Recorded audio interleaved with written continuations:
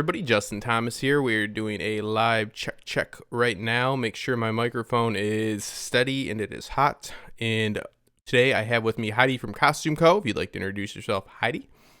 Hello, I am Heidi. Very happy to be here. Awesome. Today I have with me Heidi from Costume. And then also we have, make sure everybody's got their volume down on the YouTube. The excellent co-host, as always, Simulation Within Simulation, Hex Dogma with us. Say what's up. Hey, what's going on, everybody? Hex Dogma here. Thank you so much for having me. No problem. Thank you for being part of it. And our behavioral tech, Johnny Be Crazy from House of the Conqueror, if you want to give us the tech specs on all this. Yes, sir. Yes, sir. Tonight's episode of Westworld, Season 3, Episode 2, The Winter Line. It's the 22nd installment in this series. It was 57 minutes long. It was written by Matt Pitts and Lisa Joy. It was directed by Richard J. Lewis. And the title, of course, comes from the Nazi occupation of Italy during World War II. It refers to the fortifications built both by the Italian and German armies to defend the western section of Italy from the Allied forces. Awesome. Well, be sure to at me with your questions, and we'll get to as many as possible at the House of the Conqueror. Absolutely. Oh, yeah. Absolutely. All right, so first takeaways. Let's go to Hacks first. Loved it. I don't even know how to describe it. There was a point in which like Maeve was talking to Lee Sizemore and she hadn't caught on yet, and I was like, wait a second, something is up here. And I yelled. I legitimately yelled. I was like, this is it, dude. This is happening right now. And then sure enough, the walls start, morphing around her. I thought the delivery of that was so well done. Also, when we saw Lee Sizemore, I yelled. I was so excited. I am still so excited that we saw Lee Sizemore again. Kind of wish he was, a human, but I'll take what I can get. Yeah, I was excited too. And then we finally get a little simulation within a simulation, a little Victorian mandate style, a little Inception style, a little Hex Dogma style. I think you've been calling it for 2 seasons. It's got to happen eventually, right, brother? And we'll get into that later. Heidi, first thoughts. Oh, you're muted, Heidi. Don't mute yourself. Sorry. I loved it. I was sitting next to my husband and he was like well ahead of me. Like he was like, oh yeah, Lee, I bet you he's probably a simulation. Or, oh, Hector, yeah, he's not actually Hector. He's because I said, no, but he's like, we need to escape this world. And he's like, no, he's not talking. He's talking about the metaphorical world. So he was totally all over it. Every step of the way, and I loved it. And my favorite part, of course, is the little part where they visited the medieval world, which wasn't quite a Westeros world, but it was a little nod to that, obviously, with Dan and Dave in there. Oh, yeah. Yeah. A little nod that maybe they thought would have meant more when they filmed it. But Johnny Be Crazy. I'm sorry, Hax, go ahead. Yeah, just to add one thing to that. I would have loved if they would have just been like, man, we fucked this up, or just like a passing line about it. I don't know. It would have been such a good move for them. Like meta. Yeah, it would, it'd have been meta, but it would have been like, it would have been so nice for them to just like, laugh it off, and then we could relate to them and be like, oh, they're not villains that ruined our favorite show. They're just people that exist, and just yeah, dicks. I think it'd have been cool. Just dicks. Yeah, I agree with you. Go ahead, Johnny. Well, I mean, we can't forget about the hero of this episode, Johnny Five, who risked and gave his life to try to save Maeve. That's a hero if I ever did see one. And Bunny asked, was there a little Elsie Easter egg, or was it just someone who looked like her? Oh, I didn't see that. I did not see I didn't that. see that either. Yeah, if you could reference we can roll back the tape for you and we can reference it, Bunny. But I just want to call out that everybody thinks it's the gangster until I mentioned Johnny Five in the last stream, and then Johnny Five pops up in this stream. Hex, your tech outlook on this whole new host form that we see coming out. In the previews, we saw a little bit of this, right? What we end up seeing, we're jumping across a little bit, but I just kind of want to get your take on what we thought, because I was really impressed with CG in the first episode. I'm not saying I was disappointed, but I was a little bit. I think they lowered the bar a little bit this episode with that. Just your quick take on that. Meaning, like, you didn't like the CGI for yeah, like the Johnny Five-esque host. I mean, I'm nitpicking. I'll admit it. I'm nitpicking. Yeah, I didn't think it was bad. It did seem like I don't know if it's the information security in me that says like, damn, everyone knows how to hack. Like it's just like the easiest thing in the world, and it's just you click it, you point a camera, you look at that camera, you're fucking hopping across internets and shit. Like, hacking is very much not that, right? So to see everyone do it, I'm just like, damn, what is happening here? But the other part of me is like, yeah, they're hosts. It's theoretically possible that they could learn everything in, like short circuit, just like flipping through encyclopedias super fast, right? I imagine like Dolores hacking in the first episode. I just imagine she just like, short circuited through the encyclopedia there, but to figure out how to do that. Yeah, I didn't mind. I thought it was a little hokey. Yeah, I was just like, whoa, what is she gonna do after she unplugs it? She's not gonna be connected, and then she has to somehow navigate in a world she has no idea, and she's sailing blind in what could just be, not real. I don't know. Yeah, I thought, yeah, it was interesting, but a little less to be desired. Yeah, thank you for your honesty. But it doesn't take us out of it. I just wanted to get Hex is our tech guy, so it's like if I'm thinking it, I want to know what he's thinking, and I'm sure you guys do too. So yeah, obviously it doesn't ruin the episode, but come on, we got to call it for what it is. Let's start at the beginning though, Hex. We start off with the War World, which turns out to be a simulation. Let's hear it. Within a simulation to extract data from Maeve, right? Do you believe, can you lay it out for us? I don't believe there's any guests involved in this. I believe this is a little bit Rick and Morty. I believe this is a little bit Inception. Let's take us through that nice Sunday stroll. You take us through. Yeah. So I don't know if we can say it's in a simulation within a simulation. I think we're one level right now. We're just in a simulation. But I love the way it was done. No one that I talked to foresaw, we kind of all came to this conclusion that she was going to have to play it cool. She would realize that Felix and Sylvester saved her, and would need to not expose herself right away if she was still stuck in the park. But yeah, the reveal of just this, like, Hector wasn't real, or like as soon as Hector started talking, I was like, he's not getting it. Something's up here. He's not getting it. They're not on the same page. And yeah. But I thought it was good. Yeah, I love the first part, War World. I love the idea of going to a park and playing out any of the amazing stories of World War II. Like legitimately killing Nazis, Inglorious Bastards style, like just Bear Jew swinging alongside Brad Pitt seems like just the greatest thing you could do in War World. Yeah, they just missed the snuff. My grandpa was at Monte Casino, so yeah, I got much love. I just think that it's pretty obvious that wasn't designed for park goers. I think that it was designed to extract information. From my POV, let us know in the chat, and I want to get your take on it, Heidi. And I also want to point out an important aspect that I find to be very emotionally an emotional connection is that even though Hector, yes, he's not as advanced as Maeve, he still cares about Isabella. Like, even though, Isabella isn't technically there, or as we see her there and all that. So, like, the connection, the storyline is still there. Like, you understand that this is a being that, yes, isn't as advanced as Maeve and all that, but he still is dying for what he believes is worth dying for. Like, she says, of course you can't love, when he talks about the resistance, because he can't. He's fighting for something he believes in. And it makes us, again, allegory of the cave, allegory of the cave, allegory of the cave. It is consistently a theme within Maeve, and I don't think it'll ever stop being. Your thoughts on it, Heidi?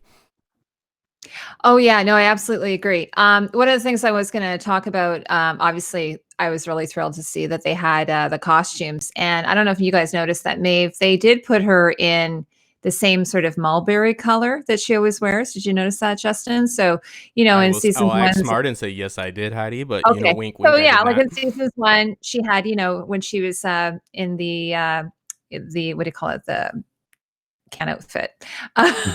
Yeah.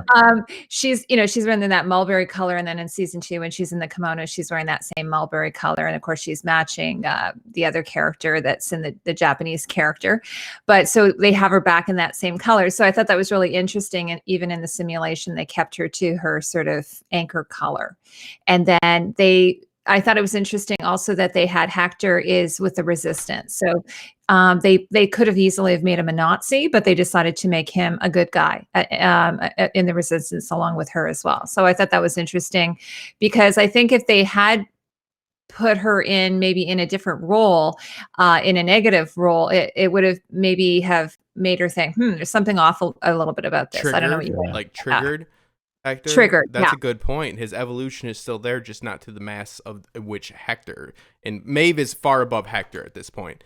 But what you're saying is if Hector was put on so out of character that might have maybe got the little bit of the test off right away, the fidelity. Yeah, like I think that his character was put there for Maeve, like him being in the resistance, and it just seemed like a logical thing that they would think, how should we do that? The other thing I thought is that his storyline is pretty short. Like basically, he's supposed to pick her up and then take her to the plane, and that's it. So, like you say, because there's no humans actually in the park, they're on a very short loop, very tight loop, actually. Yeah, and he goes, there's answers in the sky, which will point us to where we get to a little bit later about, like, I had a little bit, I had gone to the point that Maeve's motive is her daughter, whether or not she's in the Forge, Valley Beyond, no matter where they put her. I know that she's in the Valley Beyond, but her motivation is to get back to that, and she has always embraced the shadows. So how are they going to fit that back in? And I think they have perfectly fit that back in this episode. There's a big theory going along that she is within Charlotte right now. I'm not quite buying into that, but I think that the concept stays the same. That's what drives her to go against Dolores, right? Any thoughts on the motivation that was placed for Maeve, Hax? Yeah, I mean, like, I found it super interesting. Like this idea of suicide, right, for hosts it was so relevant this episode. Like, we see Stubbs was just trying to end it. That was it. He had a mission. Mm-hmm. It's done. Equally, like Maeve realized what was happening, and no motivation for anything else other than not wanting to be in that situation. She was like, you know what, lobotomize. Let's go. Let's just end it right now. And I thought that was like, I don't know. I loved how bold of a choice it was to go for that. Do you think that was a calling of a bluff, or do you think that was a straight up what you're saying? I just want your take. I don't know. She was definitely going to kill herself. Definitely going to kill herself. Yeah, that's interesting. I took it as a calling of a bluff, but I definitely could see your side as well. Heidi, what do you think about that? Sorry, what aspect was that, Justin? We have her going for the lobotomy, like Hax just brought up. I always took that as calling for the last hour is calling up their bluff to pull her out. And Hax is taking it as she'd rather not live at all, which I think is equally as beautiful. Yeah, I kind of agree with Hax on that. Mm-hmm. Like, I sort of thought it was interesting. It's sort of a human thing, like, your life's purpose, like fulfilling your life's purpose. And then for them, once they've fulfilled their life's purpose, then what is there? So I thought it was really interesting when Stubbs said, as Bernard was going to leave the island, okay, so once you're gone, I'll just, do myself in. It just seemed like such a strange thing to say, right? Do you think that Maeve had the same motive, though, as it was, if this is what it is what it is, not a calling of the bluff to see if they'll yank me out?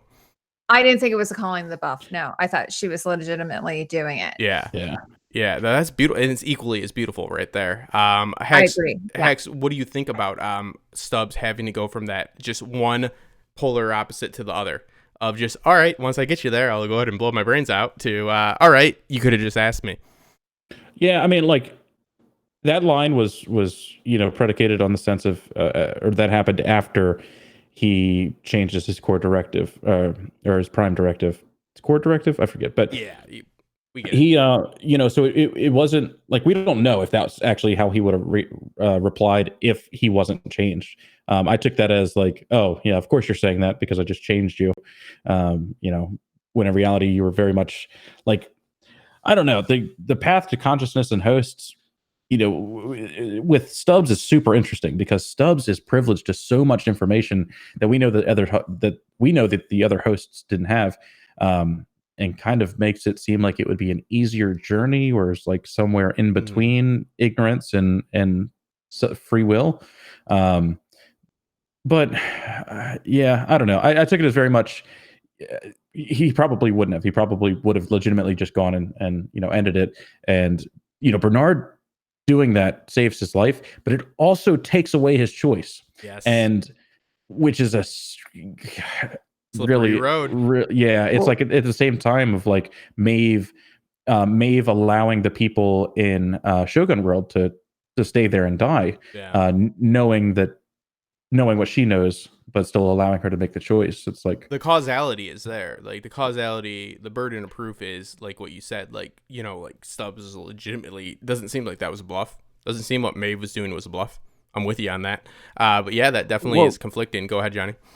Can I say really quick that Stubbs did state that Ford's last prime directive to him was for him to kill himself once Bernard left the park. So he was still following orders, which I don't know. Would that be a tragic enough backstory now to help him eventually become sentient or whatever you want to call it in the future? Or does Ford give them directives and prerogatives that are going to need to be broken, just like the old original sin metaphor and allegory and all that? So it's like they almost have to break what you program them to do. Like Stubbs has to break that, but is Stubbs really breaking it in that moment? Is Maeve really breaking it in that moment? So those are the interesting questions. But yeah, we definitely have a passionate Hector. We get back a little bit of that, and I'm with Axe. I mean, I loved seeing Sizemore. I was like, thank God. The fanboy in me wanted to be like, he's alive, and I believed everything. And trust me, I didn't believe it, but I believed it. I'm like, oh yeah, sure, he's alive. You know what I mean? But no, like the sensible part of me knew he was not alive. But it's like, so what do we take about his actual we'll just call it his fidelity test? We see him start to break down in a similar way that James Delos breaks down, right, Heidi? Once he starts being faced with his own reality. It seems like a body dysmorphia, right, of sorts. I actually, when I first saw it, I thought, okay, he's got to be a host. When I first saw him appear, I thought he's got to be a host because there's this whole idea that, the man in black took all those bullets, and how would a human have been able to survive that many bullets? So then immediately I thought, oh, he must be a host. They've recreated him as a host, but then he's a host, like he's in a simulation. So then yeah, exactly. We started to see him break down as his own reality, just, but when you saw him go to kiss Maeve, were you like, what that? Like that, like, where did that come from? And then, it made so much sense that they got him wrong. I don't know where they came up with this idea that he was obsessed with her.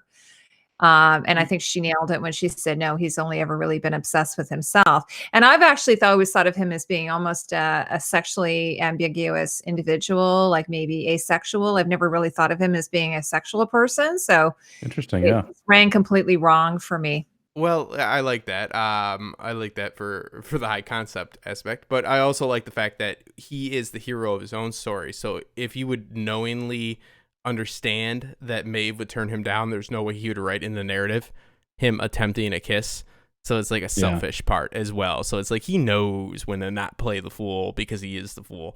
Kind of issue there. To jump in real fast, Bunny in chat brings up this idea that she kind of likes the idea of Stubbs as a character who is content with, or who is content not to be alive after witnessing the burden of being awake as a host. And that I totally agree. Like, yeah, I don't know. It's really interesting to know that there is a journey to free will as a host, and then not traverse that as like you're understanding it. I don't know. That is such a paradoxical thing. I don't know if it's possible to know if there's a journey to free will as a host and not then instantly pass that maze. Well, if that makes sense. I don't know. No, yeah. It does. It comes down to the philosophical aspect of it, as well as the theological. It comes down to the burden of free will. Of God gave us the advantage of being conscious, and then He gave us the burden of being, self-aware. So you're aware, but you're also self-aware. So you're aware that you're aware. It's like the double-edged sword. So that's why, trust me. Like, no, like, if we aren't figuring it out, like there's nothing that should be downed on us. Trust me. Like theologians and philosophers, the philosophers. I can't even say it. In the philosophical minds of the world have not figured it out so far. So like it is a double-edged sword. Hacks. Yeah. I mean, come on. Like we are aware that we're aware, but then it's like, oh shit. Now we're self-aware of our own actions and all that. It's like, uh-oh. Wait, are we aware? What's happening here? Yeah. Sarah Owen says self-aware of your own unawareness. Yeah. Yeah. If we haven't figured it out, I mean, if we figured it out, then shit. Then we should be making a lot more money than we're making right now. I mean, making money at all. So yeah. No, it's a very interesting point that they're touching upon. It's like, who's better off in this situation? Somebody that has the passion of Hector, that's willing to die for his cause, or Maeve, who knows his cause is kind of like Bulworth, right? She knows it's like a facade. So it's very, very interesting, and it's the question that Westworld's asking. But their pain or their motive it's not dismissed within these scenarios. It's still there. It's strong. It's just a facade. It's just one layer to the other. A simulation. In a simulation of Hex would have you believe. I have not seen the video yet, but I guarantee you should check it out. Hex, if you want to describe a little bit about what that's about right there. Did that at all fall in with this? I definitely think so. Learning that Serac is using this, using his simulation to kind of get information. Like honestly, this kind of aligns more with the cats in the cradle theory from season 2, in which we believe that Bernard was in a simulation being interrogated. Mm-hmm. I mean, it's legitimately like line for line that theory played out, and it's just not with Bernard. It's with Maeve. So I kind of think that that's super cool. But yeah, I don't know. The simulation theory, the most recent one, just kind of discussed that at some point, Serac could be using the simulation to figure out what's happening, and then adjust to make sure that he has a favorable outcome. Or at some point, Dolores uses this machine for the same kind of reason. Kind of aligns, but yeah. So knowing that Serac comes from Insight, right? We know that connection. Mm-hmm. So now is this a recent connection, or is this somebody that now they brought Insight in, or is Insight have they been connected first, Hax and Heidi? You get what I mean? Because now Serac seems to be at the head of this, because I agree with you. I agree that it's pretty clear that Serac is running a simulation, at least for Maeve, to extract information.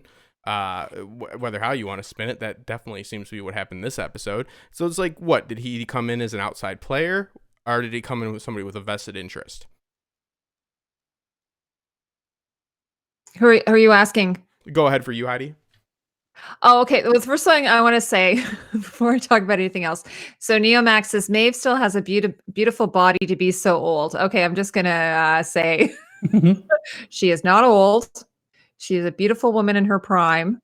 True. So put that on the record there. Maeve is Maeve. She's Queen Maeve. Okay, Yeah. don't say anything about Maeve. You know what, Justin? I don't feel comfortable enough to know knowledge about Serac to comment on that. But can I make one comment though? You absolutely can. You're the guest. You can say whatever you want. Oh, okay. Thank you. I think you and Hax probably are much better to speak to that. But one of the things I did want to say, and someone pointed this out in the chat, is that this is a real, for me, like a real Star Wars type of thing going on. Like we have the two worlds, right? We have the Tatooine world, and we've got the, we've got the Death Star world. So that's sort of how it feels for me. So the Westworld is Tatooine, and then the Death Star is the real world.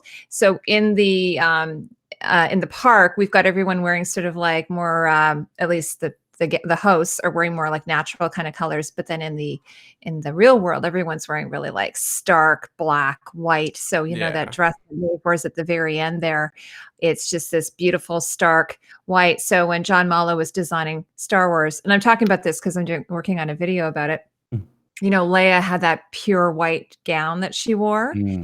And it's because he wanted her to be part of the technological world. So that's sort of how I sort of see that, the costumes that Serac's wearing and that Maeve is wearing, and also in part to that. But your knowledge of play production, as I know, is quite you have a very vast experience with within the play production world of starring in them, as well as creating costumes. Would you think Serac is somebody that's been involved in this play we know as Westworld, or is somebody that's just jumping in to save the production? I'm not really sure. Like, I don't feel comfortable enough to know about him. I know that obviously that actor is a really well-known French actor, and he's probably it could have been he could be a puppet master. I'm not really sure. I don't really have enough understanding, so maybe Hacks can speak to that. Hacks cleanup, Or John. or is he maintaining something he started? Yeah, so we get a line in episode 1 about between Liam and Martell, I think is her name. But it's kind of like, hey, I know that you have hidden interests in the park, and you need to be worrying about what's happening to Delos. And it's kind of like, hush hush. I think it really points to this immortality project, and he's kind of like been invested, or was a substantial player for a long time, or something like that. It was kind of my impression. I think that now he's trying to get to go forth and find where this data has been sent off to, and as such, we see. I don't know how he thought it was Maeve. I guess because. Yeah, I don't know. There could be a long list of reasons that he finds it out, but it's interesting because he thinks that Maeve knows where this data was sent, and clearly they're still piecing this story together himself. Because he's incorrect to some extent, right? He believes it's her. He's under the impression that it's her. Wow. What is also super interesting though is this is the Hacks figuring it out in the after show portion. Let's let it play out. It happens once every episode. Continue on, sir. What's super interesting is this idea of no pressure. Simulation omniscience, right? So like, if you know that one course leads to destruction, and you're taking, if you're making steps to, course correct, could you ever make a wrong step? Because, I get where you're going. I get it. It's making sense. Yeah, I don't know. Just the idea that like he's made a mistake trying to get this person. He needs the mustache though. You're not twizzling it just enough. Trying to get this this data out. Yeah, I don't know. Yeah, I think that's a fair answer. Wait for Thursday or Wednesday, and you will have a much more in-depth. That is Hacks trying to figure out Westworld in 2 minutes for you, everybody. That happens every live stream. Look forward to it. I love it myself. It's hard when you're put on the spot. spot. We're blanking out a little bit. Johnny, I know you had something to say. And in all fairness, Hacks usually gets closer to any of us in those 2 minutes of pondering right there than he ever gets. But that is one of the things I love about this live show is Hacks Dogma trying to actually just pragmatically work everything out in like 2 minutes about what he just saw in Westworld. Socratic method. Over here. We got a few questions and a super chat. Stop blanking. No, shade of the evening. So many questions. I'm just about to ask about how much power Sarek has in Delos, and how was Maeve moved around so easily. Where is Sarek? Thanks. And I'm going to add to this Jay's question as well, because this kind of ties in. Thoughts that Sarek is not an actual person, but an actual host, like the physical representation of Rehoboam, which I really like that. I like that too. Also, Bunny says, do you think Sarek made the Solomon build as well? But lots of stuff there. Yeah, there's lots of stuff there. Thank you so much. So I cut out for a minute there. When Hacks was talking as well, I apologize if I talked over. So many questions. I was asked about how much power Sarek has in Delos.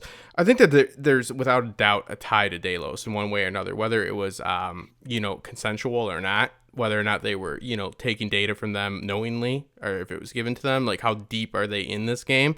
Like Hex brilliantly brought up, like it's like, man, they didn't obviously have the chain of command as far as it went with the transferring of the information, correct? Like they obviously didn't have everything spot on, so there's a gap. There's an information gap that is present. So where are they at, and where does the liability fall? And does it fall on just liability?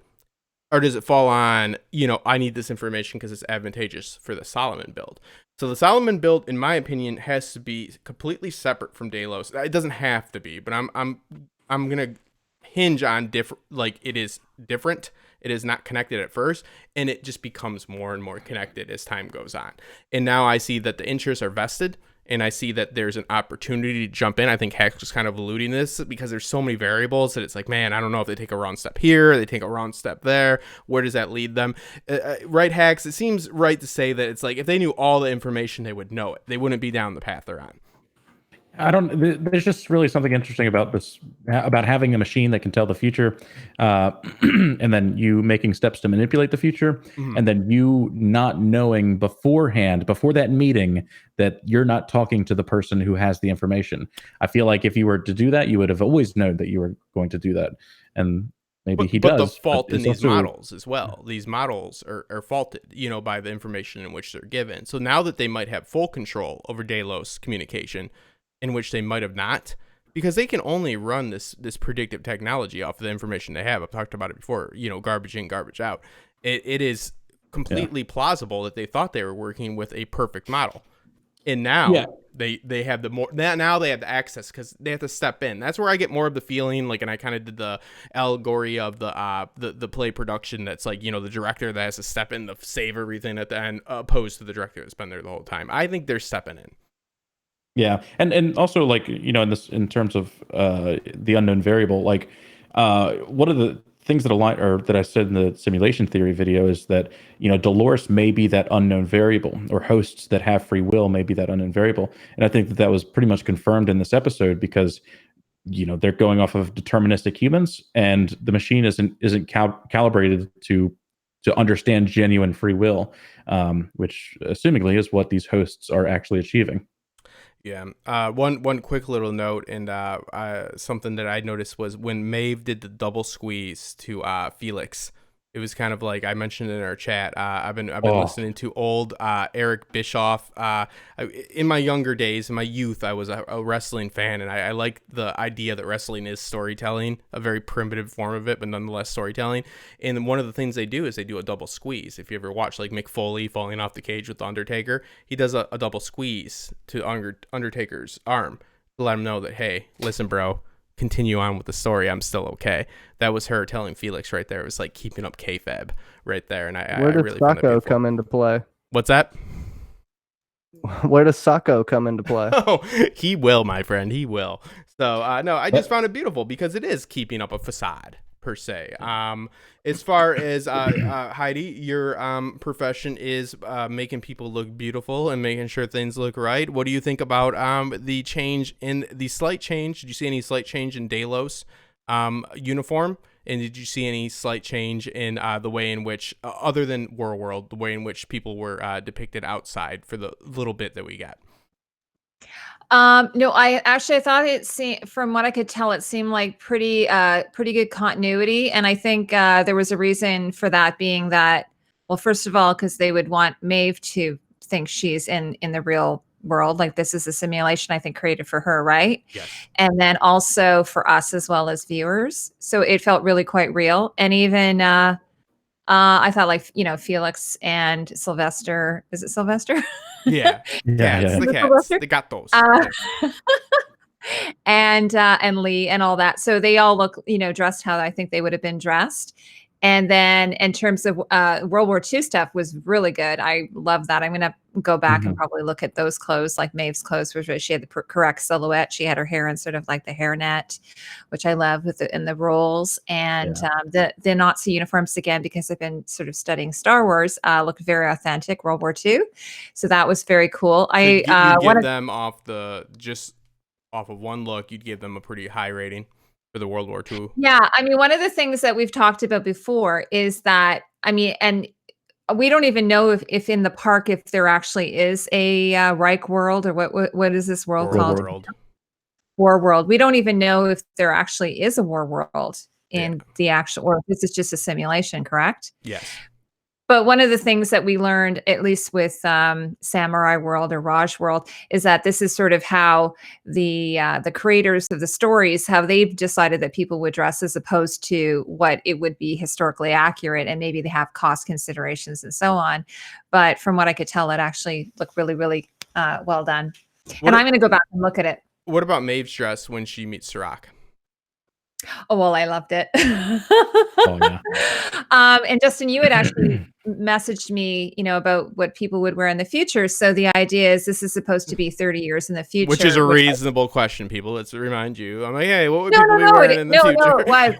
I thought it was a great question. And I think I just sort of, we had a little back and forth, and I said, it's always really difficult to get the future because oftentimes they get it wrong. And I just did a live stream last night talking about Anne of Green Gables done presently versus one that was done in the 80s. And what happens oftentimes is like the decade we're living in always informs the design. So one of the things Justin had asked me about, and I know I'm going back to last episode, was Dolores's transformation dress. Mhm. And I was convinced that it was just CGI. I was like, Yeah. oh no, that's You totally killed my dreams. You killed my dreams with that. But then did you get my message? yes, I did. though? Yes, I did. Okay. So what had happened was last night, I mentioned the dress, and one of my viewers said, no, that's a real dress. That's actually, they did it practically. It's practical, and it was practical. So there's a designer, actually I just mentioned it to you guys. I can put it up on Twitter later, but Yeah, absolutely. this designer named Hussein Shalayan, sorry, Hussein It's Hussein Shalayan. Shalalayan, please. Get it Shalalayan. correct. I have no clue. And this is back from 2013. She came up with a collection of these transformational dresses. So they start off looking like a day dress, and then they transform. And there was a really great behind the scenes video that Lisa Joy did talking about like what would people dress like in the future. And she was saying, would they maybe arrive wearing a cocktail dress, but then, they need to transform into an evening. So that fashion designer actually worked with some technology people to create that way. So it's actually not just fashion, it's actually technological as well. So I thought that was a really interesting thing. What does that take? So what we're talking about is when Dolores walks in a cocktail dress and then she transforms, and excuse my vernacular, I'm a basic bitch male. You know what I mean? Like I'm gowned, right? Like, but is it just a pull of a pin? What happens there? Actually, no. You how it works is you pull it from the collar, and then it kind of there's what are called domes or snaps at the shoulder, and then they kind of pull apart, and then it sort of unfolds like cascades down to the ankle. And so basically, the gold that ended up being the evening gown was the reverse side of the black dress. So it was actually all practically done, and it was so I'm assuming either they consulted with this fashion designer to help them come up with that dress, because I looked at some of the runway outfits and they didn't actually have that particular dress there. So Shade of the Evening said there are wedding dresses that changed. That dress was badass. Yeah, absolutely. Do you think there's any wedding dresses that changed to a divorce gown? And Yeah. I DJ'd quite a bit of weddings. It's advantageous I think for with me. to get a divorce. COVID-19, we're going to see some divorces. Hopefully not in my house. Yeah. What about pulling the pin at the wrong time though? What if you're in an interview? You're in an interview and then you pull that pin at the wrong time, and they're like, "That's what the hell just happened?" Well, it's snaps. So they were like, "There's 3 snaps here, 3 snaps here." So you'd have to really pull quite. It wouldn't come away that easily. So is there a high risk factor? Is there a high risk factor in this type of fashion, Heidi? Yeah, probably. There's going to be a fashion malfunction. You could be given the wrong message real quick. Yeah. Like, wouldn't that be Totally, great for a guy you're on a date with? That, like, you think that, okay, it's a blind date, I might be interested, and then you want to show them that you're not interested, so you go to, like, the Jima gown real quick, you know what I mean, by pulling a pin. Wouldn't that be wonderful? Like, and they're, okay, I see which way this is going. She stopped ordering wine. I see. I love the idea of pulling it prematurely. The fashions of the future. I think when they do minimalist, when they do stark white, I think that immediately gives people the idea. Like one of my favorite movies is The Island. I don't know if you guys have all seen that. I've seen it. But I compared The Island very much to Westworld, or even like Logan's Run. You've got that technological looking clothing. And so I think that immediately gives people the feeling that it's the future.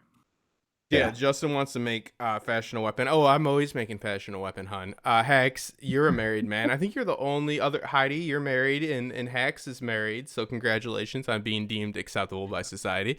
What would you do if your wife totally turned into a black dress during the ceremony right there? Just pop the pin. It'd be badass. But I just imagine like using this function. Like everyday clothing, right? Like you go to a job interview and then you think you nailed it, or like you want to make a impression, you like pull the pin and then they're like, oh no, this is like business casual, you're good. And then you have to like pull the dress that's now everywhere, like pull it up and like try to pin it back up, and I don't know. No, I love it. I think we should do like a cartoon on it and totally play with it. Johnny Be Crazy, anything from the chat and anything from what you took from Warworld, other than it seems like it was a Victorian mandate type deal. It was definitely a Inception type deal. It was definitely trying to at least pull some information from Maeve, and then we'll go around the circle to say if we think that this episode depicted anything other than insights, interest in the situation. I that's what I took away from this episode, was a pleasant visit to the park that wouldn't have been pleasant if we didn't have last episode. To be honest with you, I don't think this episode would have worked. I think that if everybody hated last episode and if people like this episode, they vice versa, they don't work without each other. Like, I hope they don't turn into bottleneck, but I really think you need one for the other. This is a pleasant transport to the park, and I think they work coherently. They do. I think there's kind of a Mackenzie, or the episode club, thinks that Warworld is a real world. I mean, at least a real park. I think it is too, because it's on the Delos site, but this is basically for all of Insight's benefit. People are talking about how much connection does Insight have with Delos? Is Insight going to just buy out Delos in this juncture?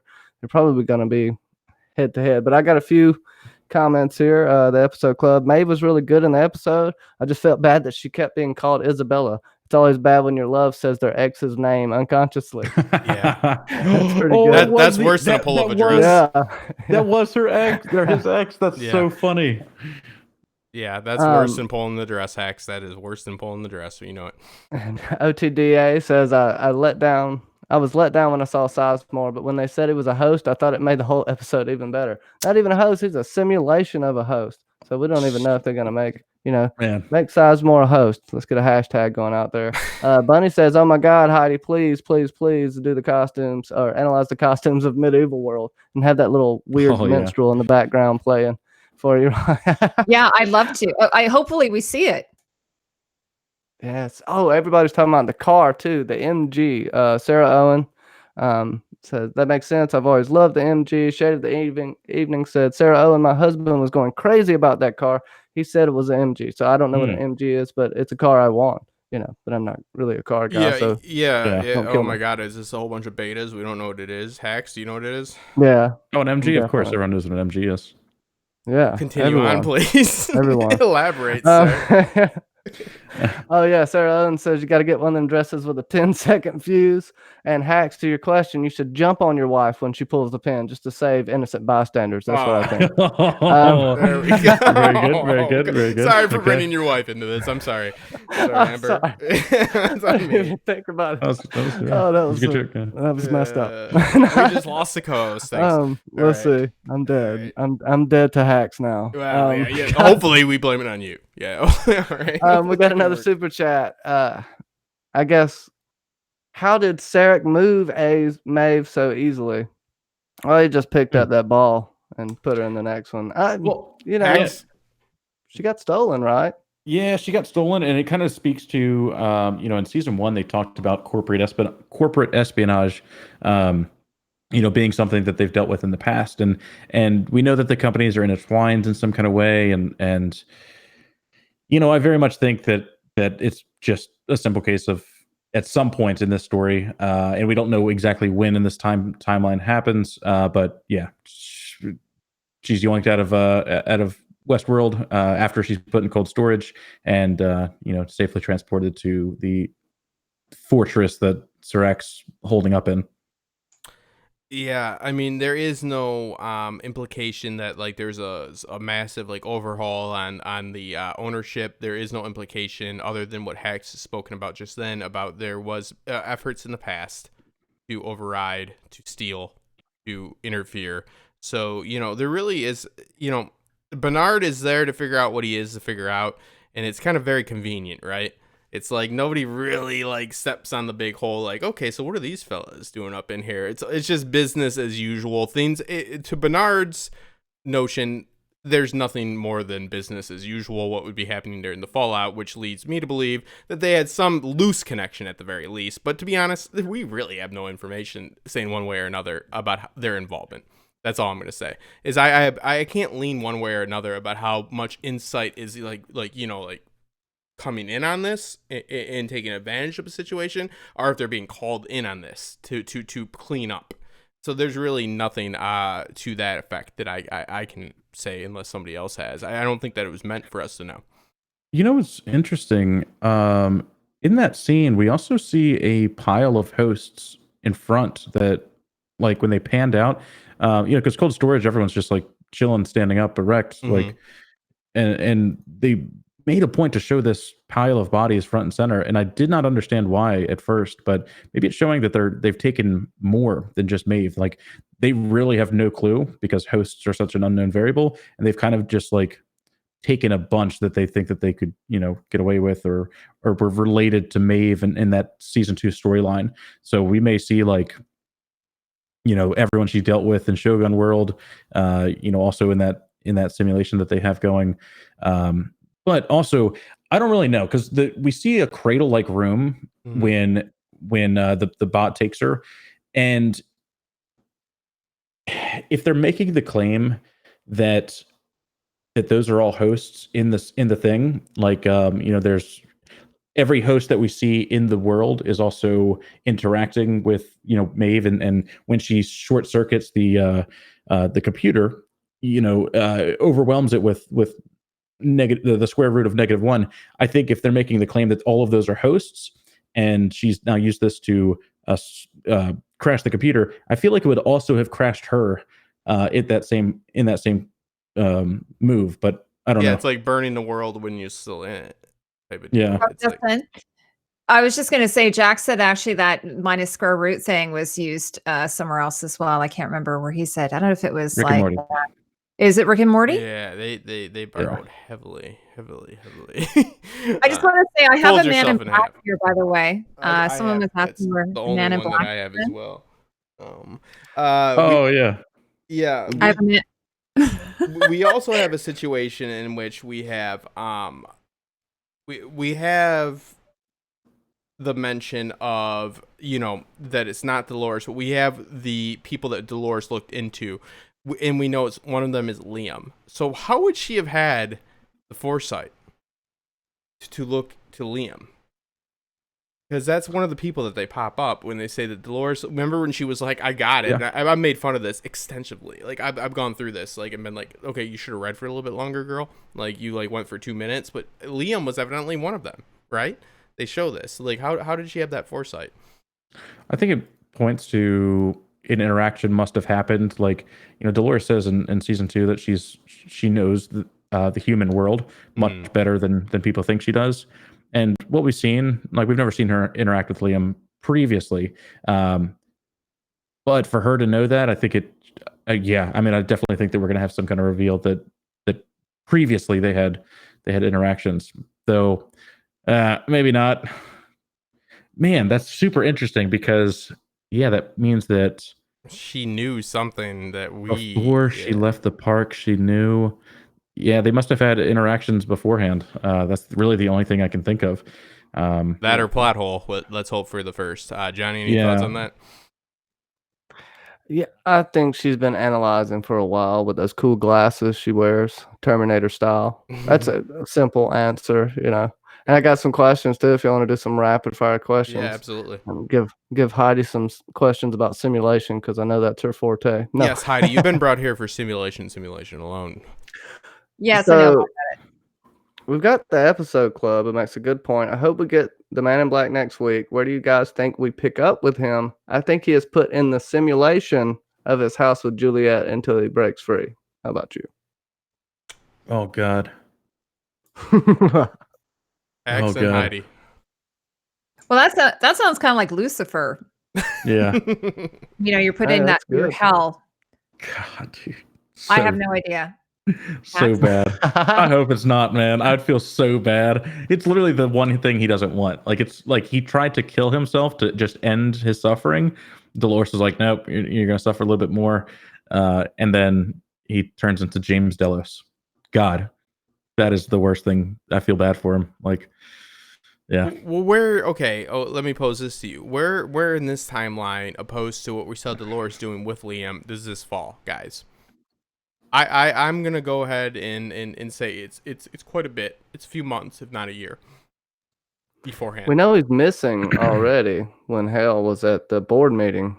His chair was empty and the computer was speaking for him. No, I'm talking about Dolores' actions with Liam opposed to what we saw in this episode. I think that what we see in this episode is quite a bit before. Yeah, I guess I agree. Nothing really stands out to disprove that. Nor prove it, which isn't great, but at the same time, I can't find anything to frame a time period there.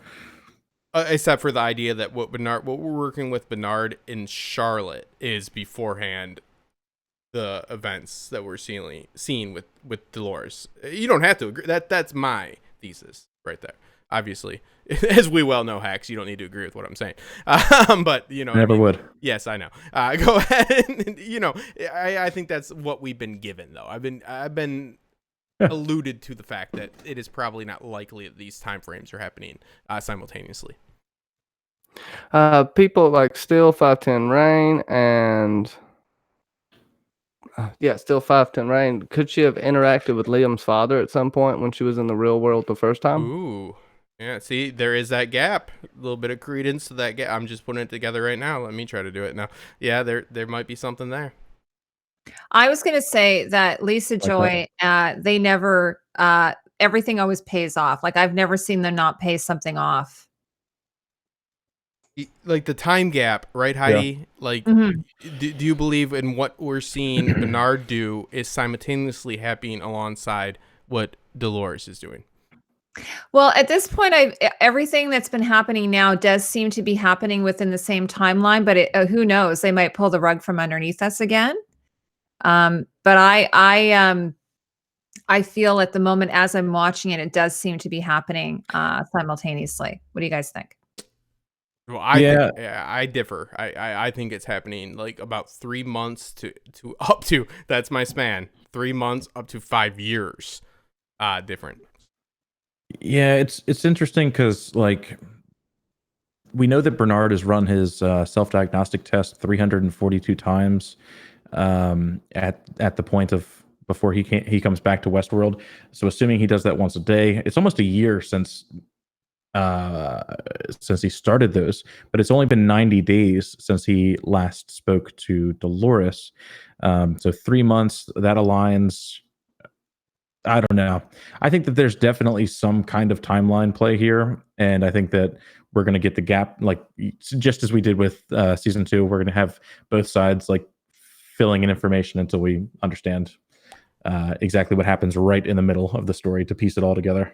Yeah, like we're seeing the chase with Bernard right now, but we're seeing the outcome with Dolores right now is what I'm getting at.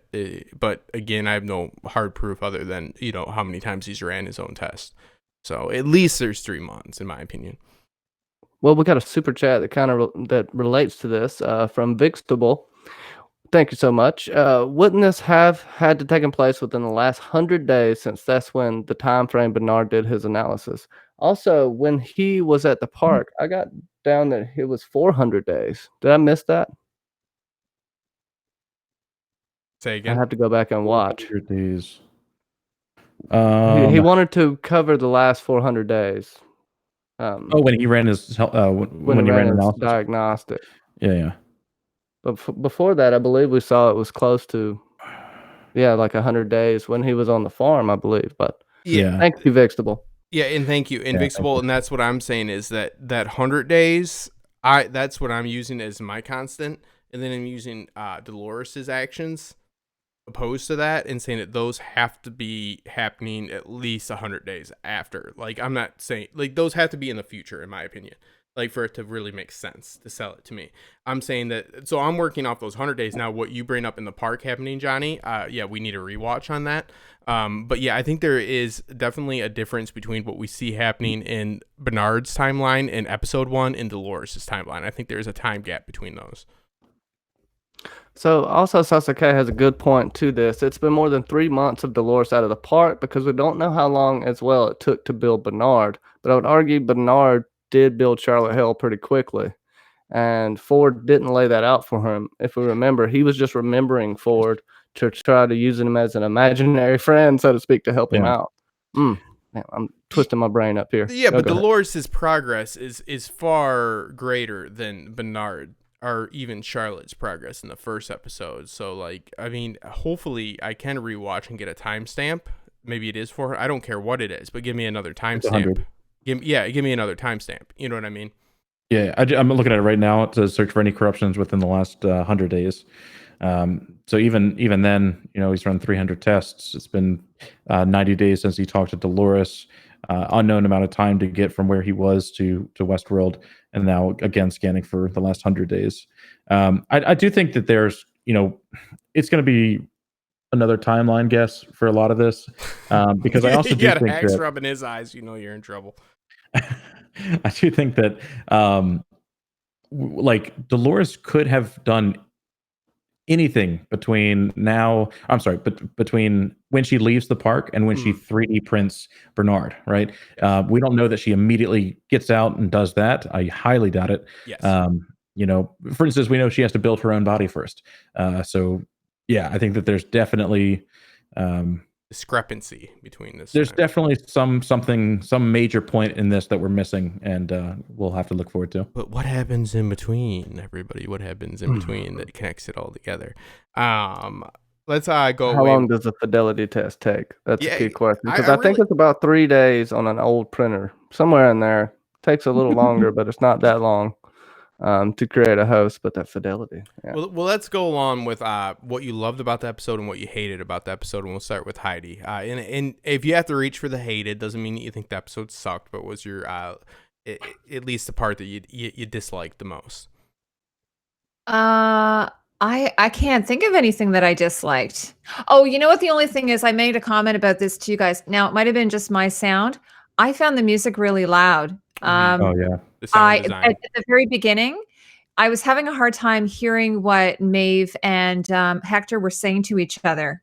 So I don't know if that was Jack said it might have been a mix issue, but the overall story, so I'm going to have to rewatch it and hopefully maybe try and tune my the sound somehow. No, I've noticed that as well on my new TV, honestly, that the sound design is either I need a equalizer on because I know how to, make my sound right. Not saying that my streams are great, but I noticed that as well. With the FX. I don't know if anyone in the chat found that as well. I think sometimes also, I had the same issue with Game of Thrones. Remember the big battle? It was super dark. Mm-hmm. You guys probably found that as well, but apparently on DVD Game it wasn't Thrones like in general was like, hey, do we have a light?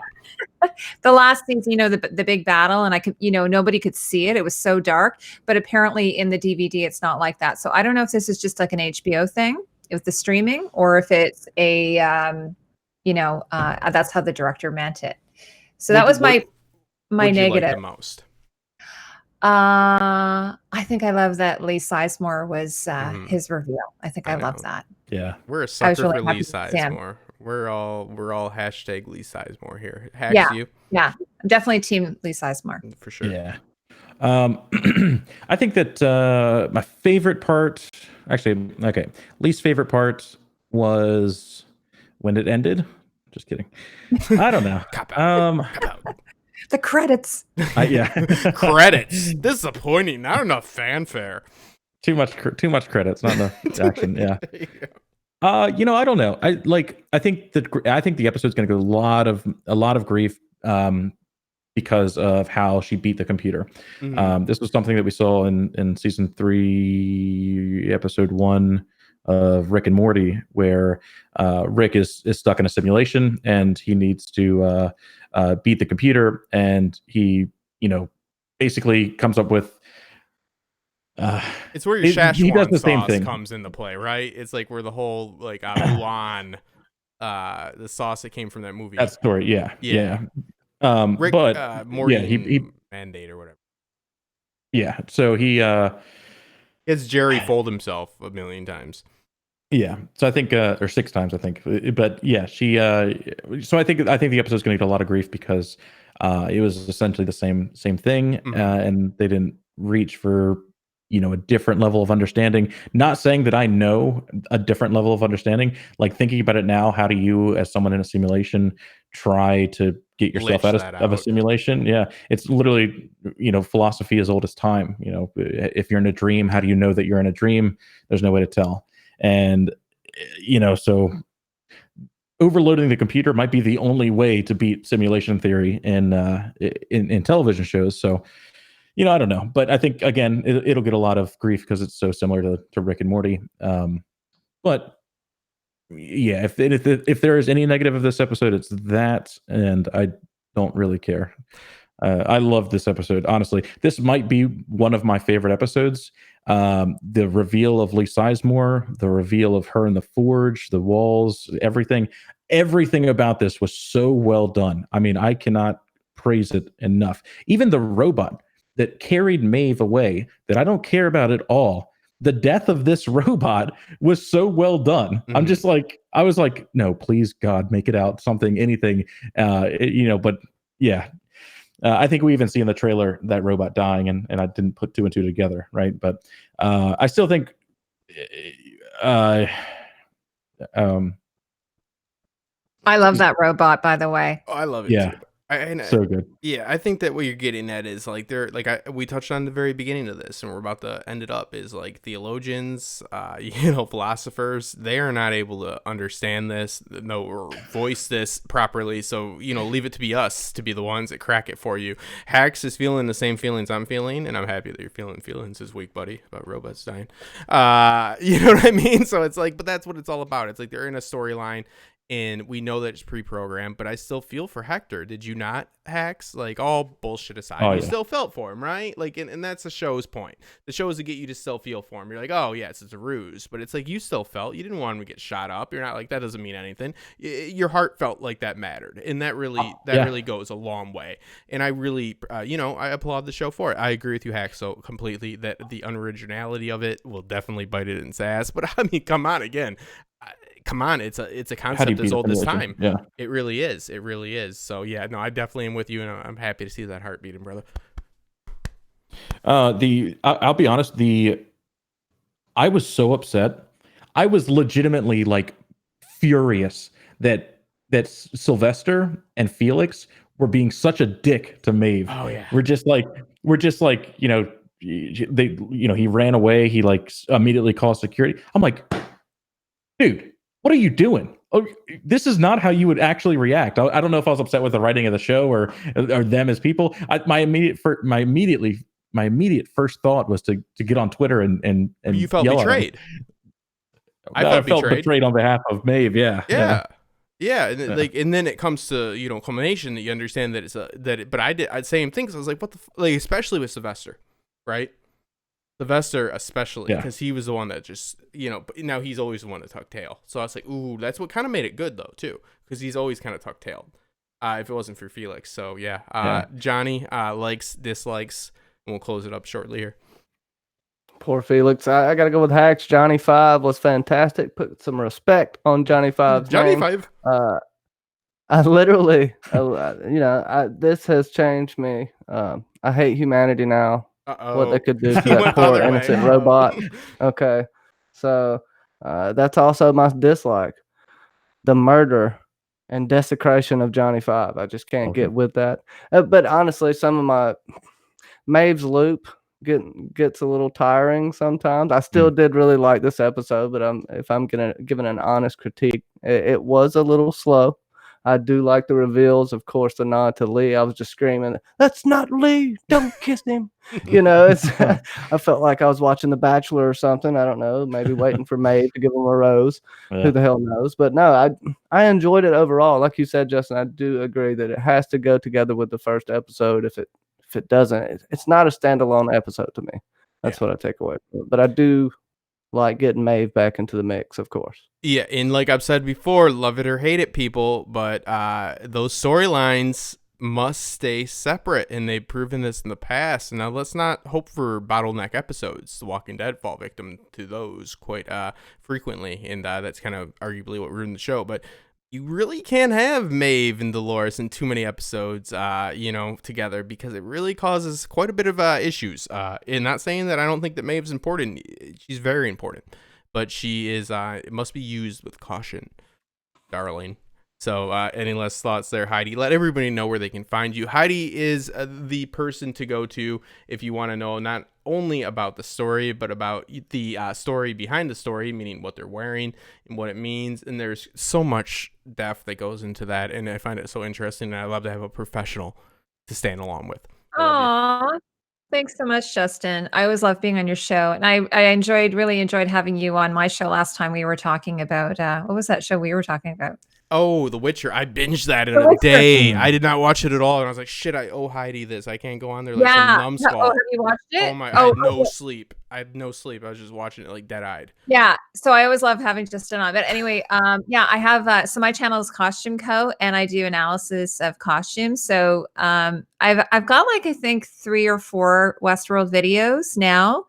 I'm probably going to go back. Actually, I think I rewatched season 2. I might go back and do Kixura.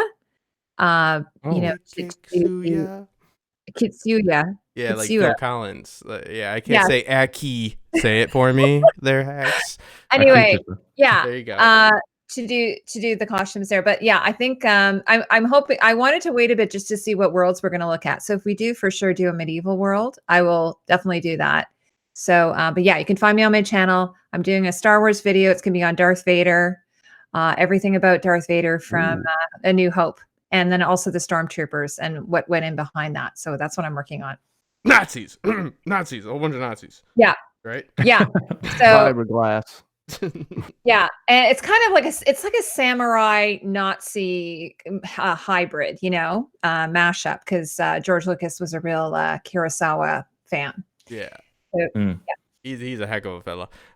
Hex, tell everybody where they can find you if they've been living under some simulation underneath a simulation underneath a simulation rock. Simulated rocks. Yes. Yeah. You can find me on YouTube or Twitter under the tag Hacks Dogma. Any of my videos, we also have a active Discord. You can hop in if you see me in there, just hanging out with people. Justin, recently just met everyone that I talk to regularly. We'll just hang out, talk about Westworld, and play games, or really anything you want. Yeah, so subscribe on YouTube and check me out on Twitter. Yes, he's actually a good guy, people. We had comments about our debate last, and people actually really liked that debate. So forth, but we are able to have a healthy debate without hating each other after. Trust me. This absolutely wouldn't be happening. Trust me. Yeah, I mean, come on. Yeah. So yeah, I think it's proof is in the pudding. Another person, our behavioral tech right there, Johnny Bragg right there, House of the Conqueror. Take a look at his videos, people. This is the transformation in which I've been waiting. Johnny has been putting in the work. He has been putting together polished, scripted videos. Johnny used to be the guy that you could find live streaming like 3 to 5 times a day on every channel, put in the work, but he's been grinding it out. He's been putting in the work, and I really, really, really hope that you guys go and just check out and give his channel a chance, because he is every bit as smart, every bit as charismatic, and gives all the insight that you're looking for in a little bit of a different perspective than us 3 can give. And that's the point. You give a very, diverse panel, and the diversity is there. Johnny, give yourself a shout out. Yeah, Westworld for Rednecks on my channel. No. Okay, I take back all of what I said then. Thank you. No, I appreciate it. I love you too, Justin. Thank you so much. For real, this is just an awesome panel, and I'm just happy to be here. And go check it out. Hopefully, I have 2 Westworld videos coming out. The regular breakdown, and I should have some theory videos starting. So I've caught up with a bunch of work, so I'm ready to go. I'm just ready to do this every week and get into this amazing show that really it's very thought-provoking, to say the least. Yeah. If it leaves you with, even the worst of the episodes leaves you with questions. So, it's very, I looked into the ethical right to treatment after me and Hex's debate. I'm reading stuff about veterinarian offices. After that, I'm like, that son of a bitch, I'm reading and you're going into it. But no matter what, it goes into like a deeper sense of thought. It makes you dive deeper. It makes you a better person, whether you're right or you're wrong. At least you're looking into the right things, people.